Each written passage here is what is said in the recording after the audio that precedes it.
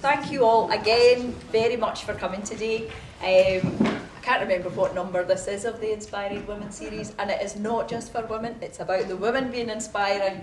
So I'm really glad to see everybody, really glad to see such a great turnout. This lady, I said, she needs no introduction at all. And see, the laughter says it all. So then she said, oh, not everybody knows me. But maybe what you don't know is the breadth of the career that she's had. 30 years in a very tough and a very challenging and a very industry. And, you know, and has really, really made her mark in so many ways that I hope you're going to share with us. And, you know, Scottish people don't tend to blow their own trumpet, but please do, you know, Board of, I said Sport Scotland, that was in my head, but it wasn't, it was the tourism, what's it? Yes Scotland. Yes Scotland, sorry, Board of Yes Scotland. Sorry, and, you know, and so many things. And the diversity of your acting career is really quite tremendous. It's not just Mary Doll, you know, so, and Pantos is so on. The Susan Boyle thing got huge acclaim, you know, and the singing in it was phenomenal. So it's an enormous pleasure to introduce you to Elaine.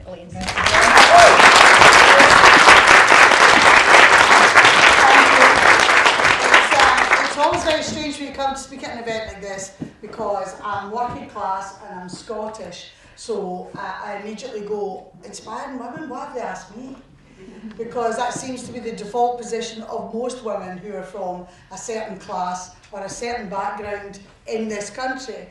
I actually was talking, believe it or not, to Nicola Sturgeon about it and saying that there was that real feeling of, you know, we're not good enough for that. We're not, the first place I go to when I'm offered a job and asked to do anything, believe it or not, and I'm always amazed because I'm regarded as this really confident individual out there. She's out doing it.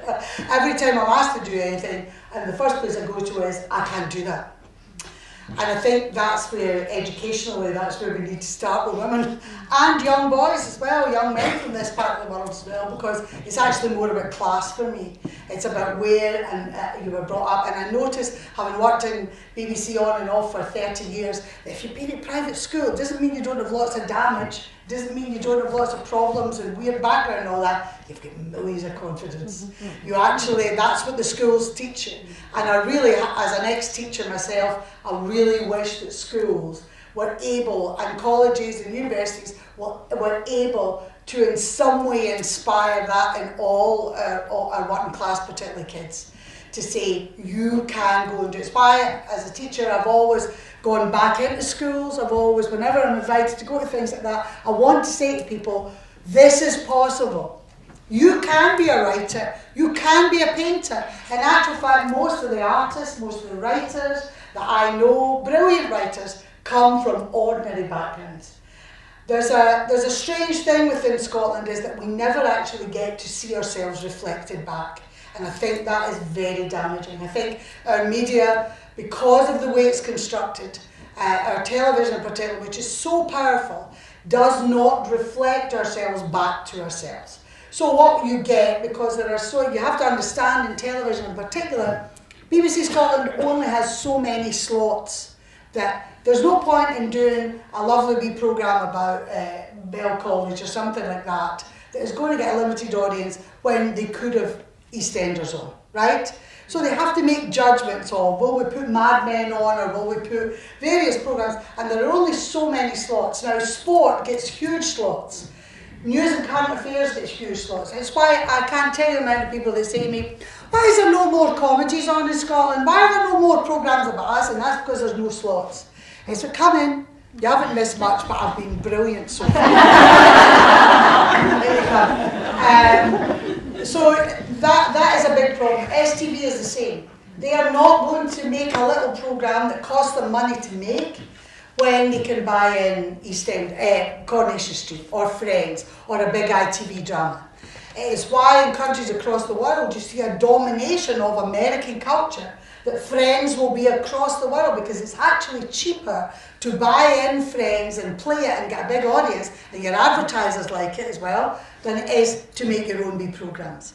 Very interesting. I've just completed a series called A Bird's Eye View, which I'm going around Scotland. Now, that was the simplest of ideas. A wee idea, it wasn't, you know, Breaking Bad, it wasn't the big dramas or any of those things. It was, and we basically made it for 2 bags of chips and a Kit Kat, you know, so a tiny budget. And I had an idea that I would like to show Scotland, particularly women, back to itself. The places that we used to go on holiday, or we went a day trip, or your granny talked about, or your auntie talked about in particular. It has been remarkable, the reaction to it.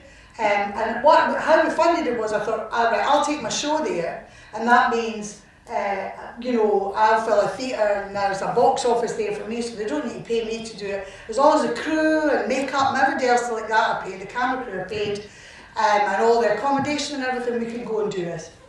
Of course, we went to BBC Scotland with it and they went, no, nobody will watch that. So, anyway, but that's because invariably they want to make documentaries about the clans, or the history of the fish supper, or those sort of small things that actually, are, for me, are quite limited, and I don't mean they're not good. You know, there's been fantastic series with that, or it's all about Highlands and Glens and all of that, but and if it's about rural or urban Scots, really, it's a scheme. It's showing the worst of all, poverty porn. That's what the working class are up to. They're all in benefits, they're all, you know, and I was like, no, I want to show the people that I grew up with and what we did and where we went to, what do people really get up to? Now, there's been some bizarre things, you know, walking into a village hall in Portpatrick, in one of my favourite places, and finding 15 women African drumming. Well, you know, you couldn't actually write that. But I've got 2 brilliant middle-aged women researchers, and they go out and they find these people and go, oh, you need to go there, they're fantastic. But literally, we don't set anything up. And one of the problems with programmes like that from the south is that from London, they go, oh, wouldn't it be marvellous? Let's go to Scotland. I love it. I've been on a holiday. It'd be marvellous. Come in. In you come. Up you come, girls. There you are. You've just to start with a song first, and then we all join in. And then what they do is they go to a place and they send researchers and go, let's find the village idiot. And let's interview the village idiot. And so Scots are sitting on their couches going, that's not us. That's not who we are. That doesn't represent who we are. So, and I think they do the same in Yorkshire and, you know, Devon and Cornwall as well. So we don't really get to see each other. There's a great quote in Leslie Riddoch's great writer book Blossom about what Scotland needs to flourish, and it's not taking any political line on it, but about what isn't working and what we need to do better. There's a great line that she really feels that all the stuff about the UK and us not understanding each other comes from the fact that in the 1970s there was a great programme called Nationwide, don't know whether any of you remember it, where so you knew what was happening in Southampton and you knew what was going on in Cardiff or Manchester, and there was a sense of the UK. Now we don't see it. There's no programme, because it's all through the prism of London, which is a city I love, by the way, but it's all through the media and prism of London, and that means that we don't even get to know what's going on in Leeds. We don't get to know what's going on, and they don't get to know about us. So there was a real flaw, and I suppose that's why I came to look at what the type of programme I wanted to do. So BBC Scotland saying, no, we go to STV, they go, it's a no-brainer, but it'll be a hellish budget. And we went, we don't care, we'll just do it anyway.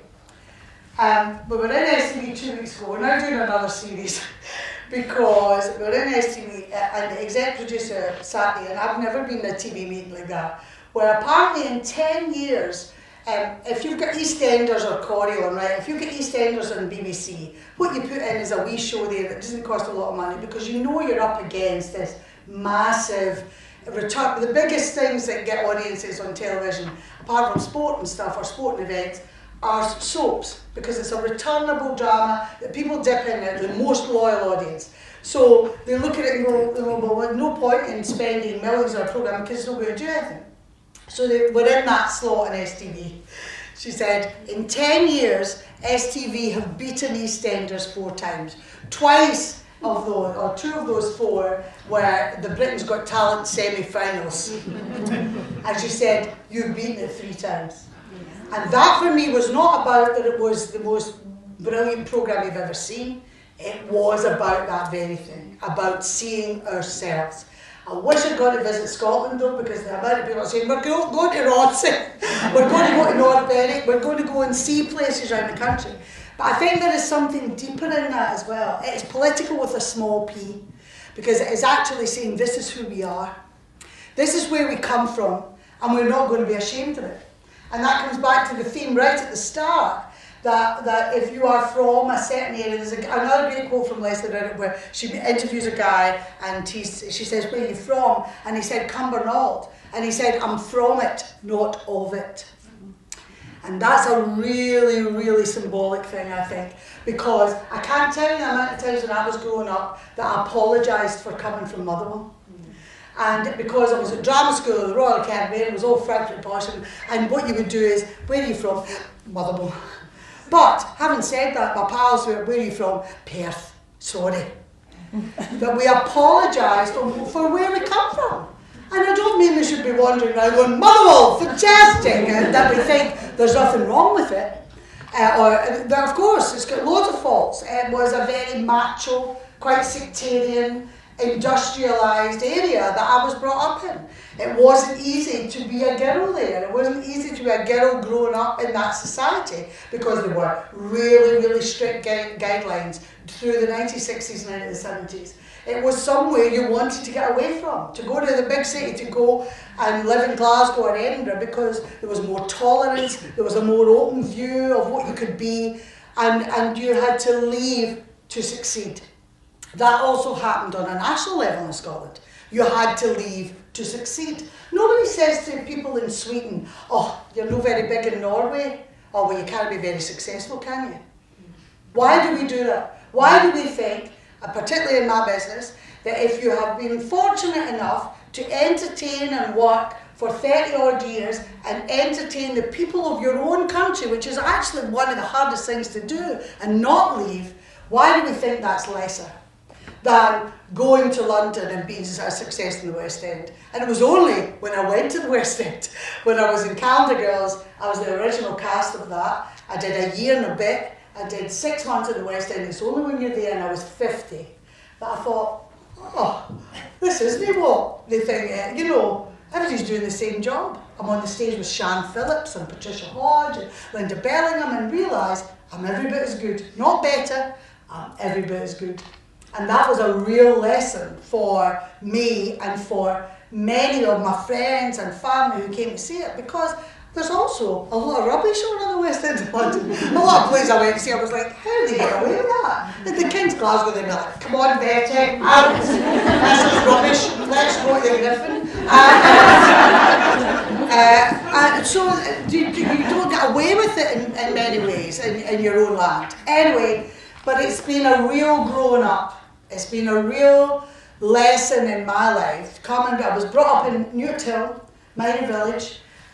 Went to Newthill Primary, went to Braidhurst High in 1970 when comprehensive education came in.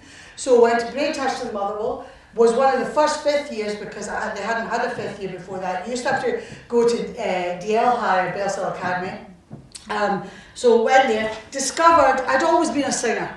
I sung in Motherwell Chasing Labour with my cousin's band. We got 50 pence. 50 pence each, by the way. And learned about, it's always been something that happened within our culture. I don't know about your culture, but certainly mine, was that you did make your own entertainment. My dad wasn't a great, wasn't a drinker at all, but I had a family of drinkers who would arrive round about New Year, and that was where I learned. It's interesting that I'm doing my stand-up show at the Fringe this year, and I'm taking that round for the next series. And what I'm creating is my mother's living room. I'm going to create that because I realised that's where I learned. That's where I learned about singing, about performing, about poetry, about good singers, about billing more than anything. The duffers went on first, the good singers went on then. And about creating a thing. I wrote a show for Brenda Cochran a few years ago, and there was a line in it that was really from both our backgrounds. that what the good singers could do, they could stop the room.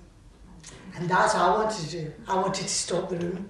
I wanted to get up and sing and people go, oh, that's pretty good. And not be, look, tell Archie to shut it, well, he's sung that song 4 times already. But I learned it all there. Now, my mother's living room will have a magical fireplace with a wooden fire surround.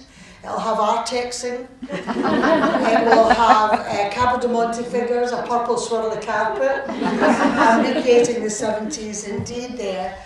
We had, the Artexing was very big then, as you know. You couldn't wear a cardigan in our house, actually. And Elaine's on elastoplast. Actually went to a house in Denison once where they'd Artex their doors. It was a 3-man lift to get in. Anyway, so I decided, and it's very meaningful for me, when I do my stand-up and all of that, it's much more that raconteur storytelling than gag. I think men tend to do, here's a gag and I'm hilarious. Liz Lockhead, who is also from Newton Hill as well, was brought up around the corner from me. She's 10 years older, though I was at school with her wee sister. But we did a show together and she had a whole sort of line about comedy being like for women being like the female orgasm, that it comes in waves, slowly. Sometimes there's a punchline and sometimes there's not. And I've gone along with that, but it is more important for me to weave the web and tell the story. And it is, that Conley-esque tradition is very Irish and all of that. And people said to me about the show and telling me, oh, Billy Conley did that years and years ago with the World Tour. And I said, yeah, but he didn't speak to any women. And so for me it was really important to go out and see, what are women up to? Because coming back to that original point, we don't see ourselves reflected back. So I go at the age of 17, I don't know how I managed to do it.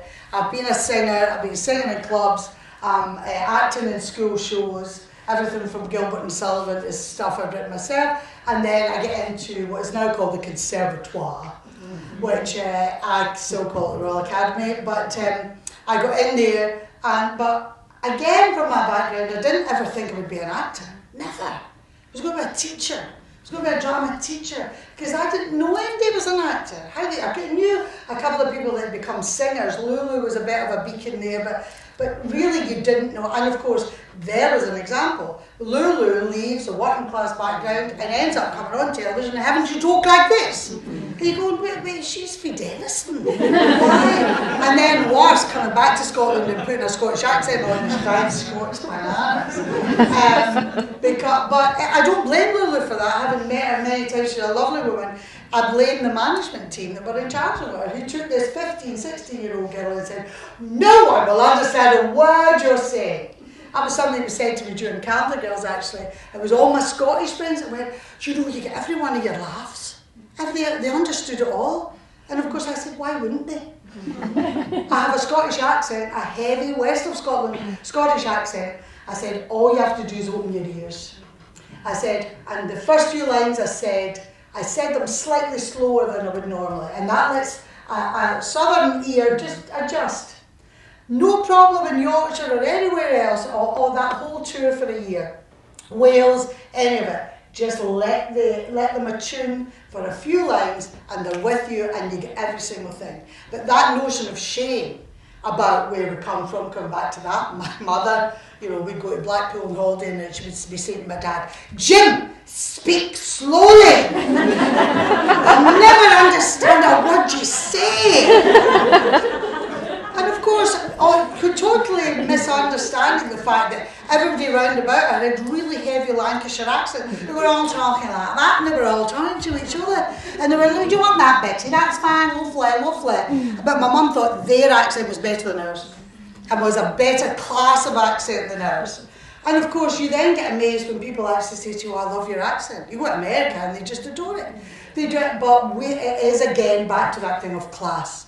Of they're better than us. That accent must be better than us, it's more dominant than us. And as a woman, that going to that place within yourself of, I can't do that. It's not possible for me. It's not possible for me ever to be an actor. So for me, the route was, I'm going to be a teacher, because teacher was acceptable. Teacher was respectable. And I remember getting into drama school, and I was working in the Silverburn Hotel in Newton Hill as a barmaid just to make money. And one of the guys who worked beside my dad, who had been at school and all that, said to me, "What are you doing that for? You know, Becky, why don't you just get married and get a house in the corner for your mother?" I was like, well, I might do that eventually, but I don't want to do it now. I want to go out, and I couldn't explain what it was. And that real dilemma for people about, particularly women, about being ashamed of ambition, being ashamed of dreaming, being ashamed of wanting to be something other, doesn't mean that you hate what was there. And that was the problem. It was that people took it as a rejection of where you came from. You didn't want to be there or any of that. So I get into drama school to be a teacher, because I get to do my hires, I've got to do that, and because I don't see any route, and suddenly it opens up to me. But it seems to me that all the actors, people that are there, have to be frightfully posh, and they all have to. And the first thing they want us to do is lose our accent, which resulted in some hilarious. There was a guy in my year for Bellsill who was an acting course. I was in the teaching course, and of course his grammar wasn't brilliant and any of that. So one day we met him, and they wanted you to try and speak in that accent all the time. And we were standing at the bus stop, he comes up, he goes, "Hi, are you ones going for the bus?" Yes, these ones are. Just, desperate to sound like that. I don't know if I ever get any work, but who knows. But that notion there, what I did when I was at drama school was I kept singing. I was in Larkhall Minors on a weekend.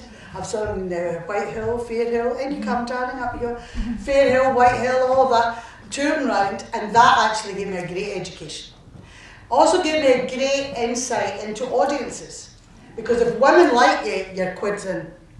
If women don't like the way you speak to them, particularly in the club audience, if they're there with their husbands and all that in the 70s. So I was the 18-year-old wee lass with the singer with my velvet jumpsuit and my flickouts, my Farrah Fawcett flickouts, and I thought it was fantastic. And I realised that if the men liked you, then the women were like, "I don't think she's very good." I like the way she talks. So what I realised was you had to get the women first, chat away to them, and that's what made me be quite funny sometimes. And the women would go, "I like her," and the men would go, "Oh, she's quite good at you." So it was them more than anything, because the men in lots of occasions were frightened to actually say, "She's good at that." Face like fizz for the rest of the night. So things have hopefully changed a great deal in the clubs now, if there are any left, but it was a fantastic education. So I had this real weird sort of education. I had this very formal, I was doing Shakespeare and Ibsen and Chekhov and watching everything at drama school, and I had Larkhall Minors of a Saturday night or the Rangers Club or whatever, all touring all round. But again, I'm working class, so I have to make money to subsidise my grant, because I have to in some way get through. I then end up singing in the Maggie and the Amphora and places like, you're all too young to remember, but they were places that banned, so we did a lot of Fleetwood Mac covers in the 70s then. And there were loads of bands. There was a real burgeoning scene then, and I thought that's what I was going to be. I was going to be a singer more than anything.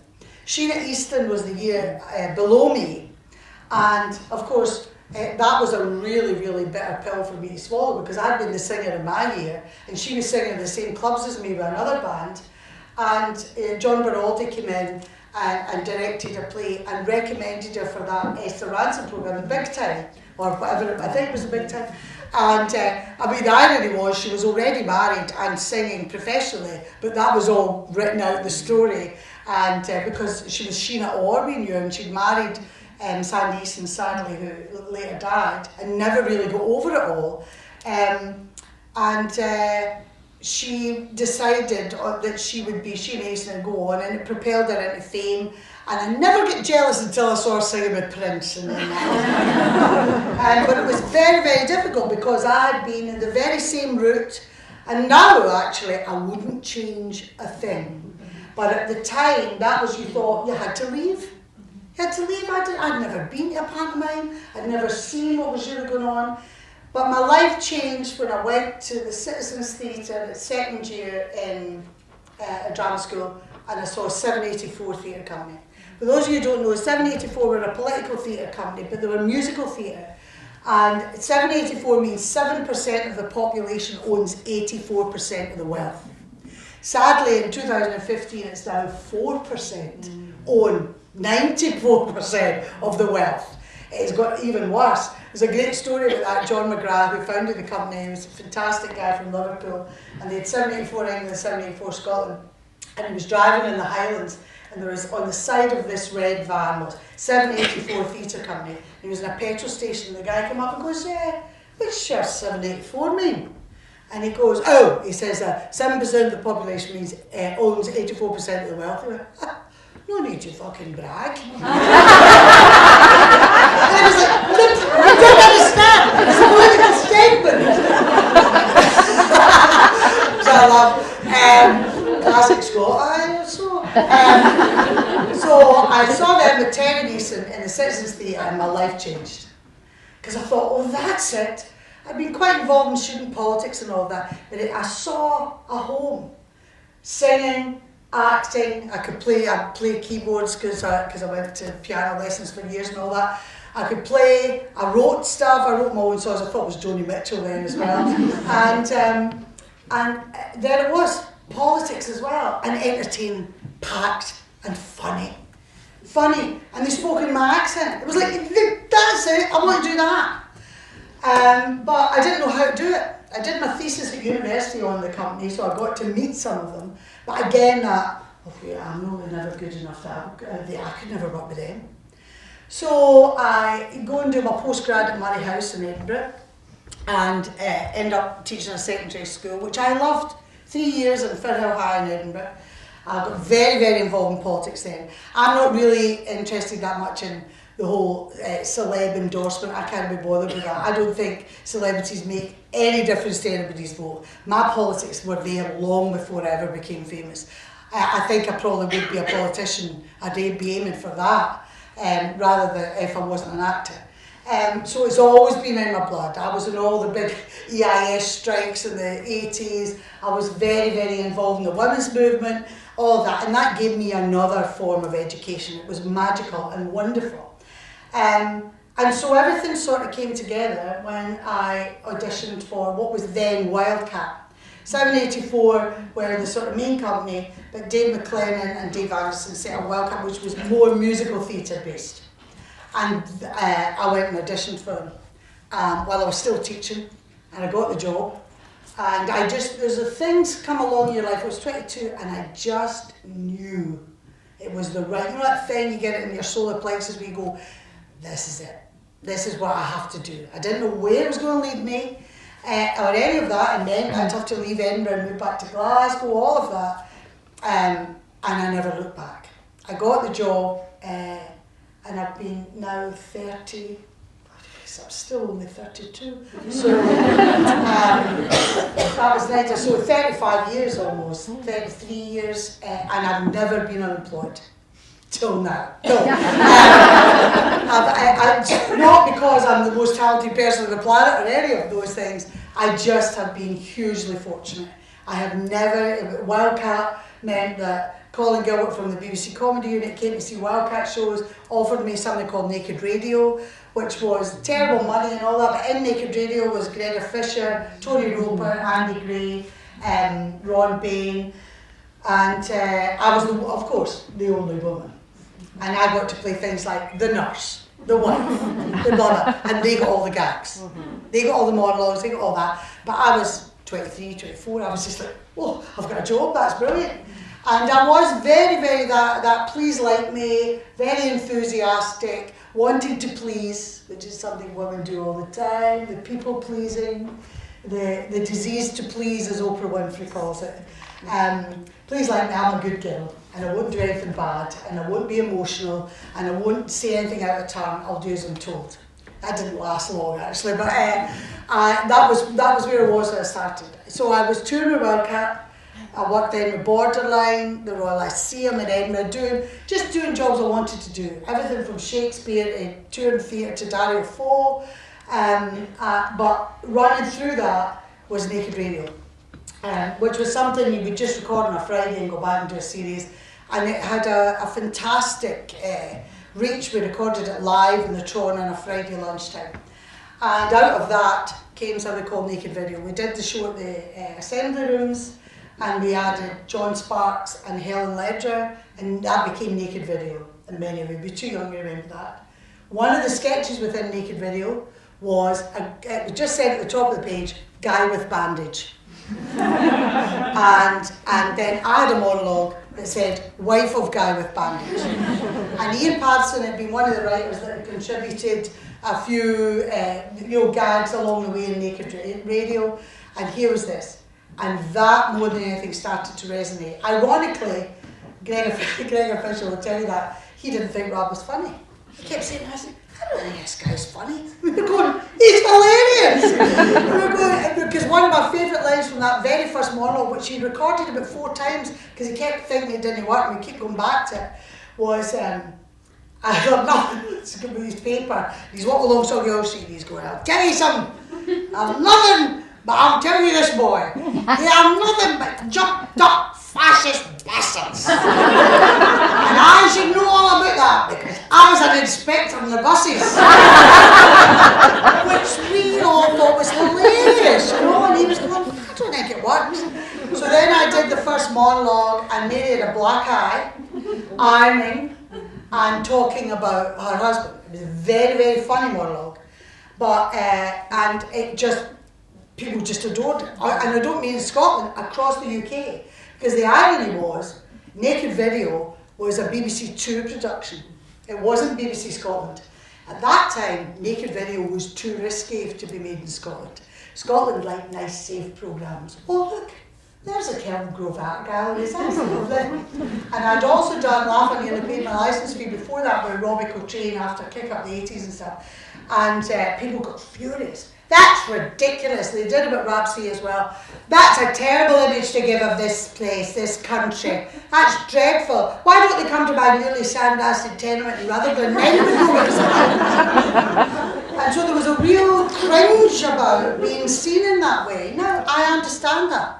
Because invariably the Scottish characters in Z Cars or Softly Softly or Corrie or whatever were drunks. But they had a very peculiar negative attitude about it. The wonderful thing about Nesbitt was he was Charlie Chaplin. He was out there, this Chaplin-esque figure with opinions. And they weren't Alf Garnett opinions, they were philosophical opinions as well, but like which I love. One of my favourite scenes is him and Jamesy in the pub, and about Series 4, where Jamesy says, I'm telling you now, I've been up that Government Library, and I've been reading your great philosophers and thinkers, you know, and Rap's like, oh really? He says, aye, and basically your Nietzsche's and your Schopenhauers, I'll distill it down for you. What they're basically saying is, we're all mad bastards. Now, if you've read Nietzsche and Schopenhauer, some of which I have, that is in essence what they're saying. And that's what made it was clever. It wasn't just going, no, I don't mean every episode was. There were episodes that worked brilliant, there were episodes that didn't work very well, there were series that got a bit lost, because it was one writer. It's not like some like Friends where you've got a team of 25 writers on it. So, but I can also understand Scott's cringe because we never again, back to the original point, get to see ourselves. Nobody says to Martin Scorsese, don't make Goodfellas because it makes New York look bad. Why? Because there are a plethora of films set in New York. Romantic comedies, musicals, dramas, all of those things are in there. If you're only getting one image of your place sent out, then that again we go, but that's not really who we are. We love him, he's an aspect of who we are, but we don't want to live next door to Rob and me, you know. So, but out of that also then came City Lights, which had a completely different, light-hearted view of Glasgow and what was going on. And the audience for City Lights in Scotland was massive. Actually, probably bigger than Nesbitt, but at its height. But Nesbitt was too risky, funny ball in Yen Top and BBC Two. But one of my favourite things though is when Colin Gilbert from the Comedy Unit went to London and said, we want to do this programme. And of course, the budgets in London are much bigger than any of the budgets you get here.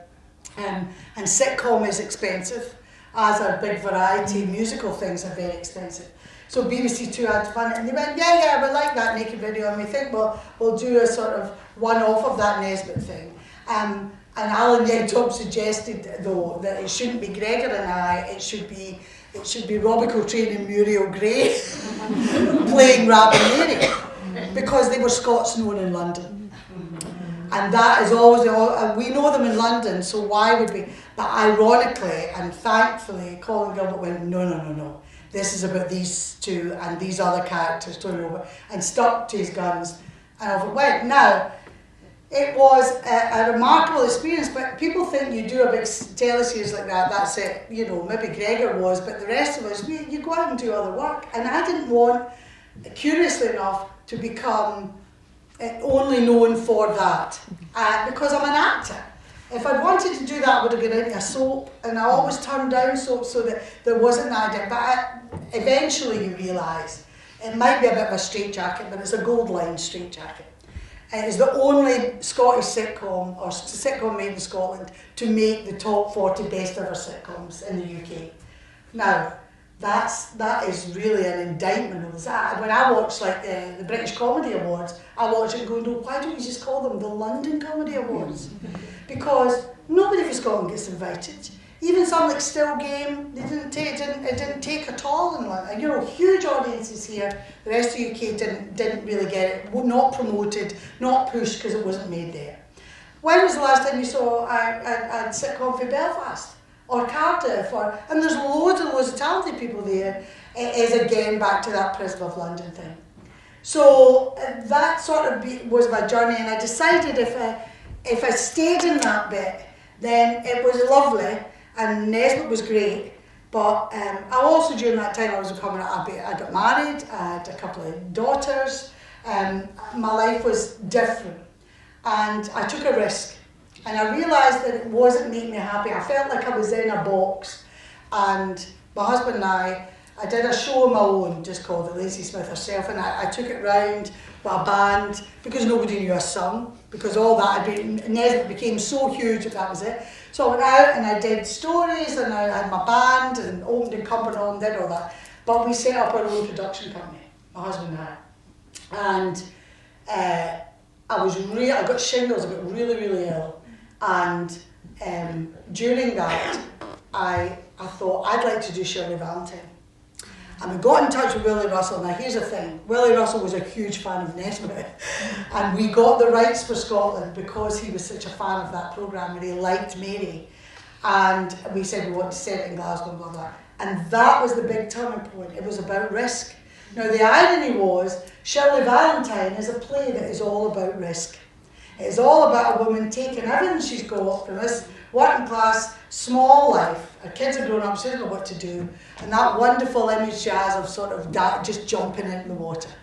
And that feeling she had when she was a girl, when she tried to jump from the coal house onto another roof. You leap. And we live in a society, I suppose, that most of us, particularly for women, that you can't leap. You're frightened to come out, you're frightened to do something different, how will you be viewed, all those strictures on you. And Shirley Valentine did that for me. It was a risk that was quite an amazing one, because I couldn't believe, you know, the audience that turned up. But what there was an outpouring of women going, that I want to see stuff like that. Calendar Girls had the same sort of effect. And I can never understand, theatres are run by men, artistic directors are men, particularly the plays they put on are written by men, and it's women that go to the theatre. If men go, not all of you, I know, but if you go to the theatre, I bet you it's your partner that books the tickets, or says, I would like to go and see that. Unless it's something, maybe only an excuse or something like that, but generally it's women who make the decisions about what they go to see, and they go out in big groups of women. So you put on the Pride and Miss Jean Brodie, Shirley Valentine, Calendar Girls, blah, blah, blah. And I realised there was a massive audience out there not being served. And that gave me, and it was women that gave me the affirmation that went, yep, that's it, they tick, do more of that, we'll come and see that. And from there, that really developed, allowed me to go out and do stand-up, and allowed me to do lots of other things, but it was about taking the leap. And the best things in my life have been about taking the leap, but it doesn't mean they're not terrifying. Doing the STV debate during the referendum campaign was singularly the most terrifying thing I'd ever done, because I realised the vast majority of the public would not even know that I was involved in politics in any way, would think, what the hell is she doing there? And I was the only person on the platform that wasn't a paid politician. I didn't get anything, I didn't even ask for expenses for that. I was asked to go on and do it and speak in the way I want, not like a politician, and speak in that way, but it was terrifying. There was a part when I was in the hotel before it, I just thought, I want to run away. And I could have, and if you think that any first night, even in Panto, when you've done Panto for years and years, that I don't sit in the wings going, teaching was quite a good job. Why did I leave it? Good holidays. And here I am out there, because of course in show business you're only as good as your last job, you know. Oh, she used to be great in that, she's shite now. So it's about constantly climbing and setting those risks for yourself. But to say, yes, I just had a risk and I went for it, no. And I'm sure all the women that you've had to speak in these events have said exactly the same. It's the old feel the fear and do it anyway. But those risks, for some women, are just about, I think I'll go back to work part-time. Within a small, isolated community, or they've been brought up to think, I have to have children and get married and that's going to be my life. That was very much my mother's life. My mother going back and doing her hires at Motherwell College when I was like 15 was massive. A massive thing to do. It disrupted our whole family, the whole way things were supposed to be. Not that my dad was in any way bad, he was just a man of a certain generation. But his tea had to be on the table at a certain time. And my mum wanting part-time was a huge thing before she even went and did her hires. And in the end, his inability to move with it was what eventually caused a breakup of the marriage years later. But it was about society as well, and the way that women, and those tiny, tiny changes. And if anything, it's not about saying to everybody, go out and be an actor. That's not what it is. But dream big. But even if your big dream is, I would really like to be manager in that shop, or I would really like to run my own coffee shop, or I would really like to teach, or I would really like to work with kids. Dream it. You're allowed. And for me, I think that has been the biggest thing. And even today, I still think, oh no, I'm not allowed to do that. I'm not allowed, you know.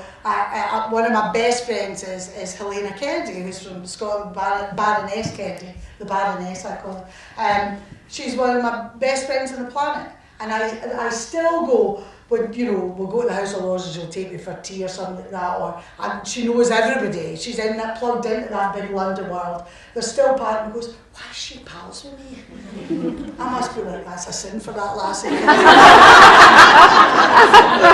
It's nice that she's brought, it's a sort of care in the community. She's brought her pal from Scotland. And of course, nobody thinks that, but me, you know, and it's been a real growing process to think, well, but even other successful women, you think, oh, they won't want to be pals with me. Or I won't have anything to say to them.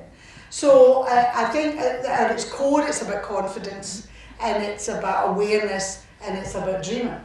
So that's sort of where I am now. You know, I've just finished filming another inspiring woman, Kay Mellor, the writer who writes The Syndicate, and she did Play in the Field and Band of Gold and all those cinema dramas. So I've just finished doing The Syndicate for her, doing another series of that, of Bird's Eye View, I'm so busy as ever.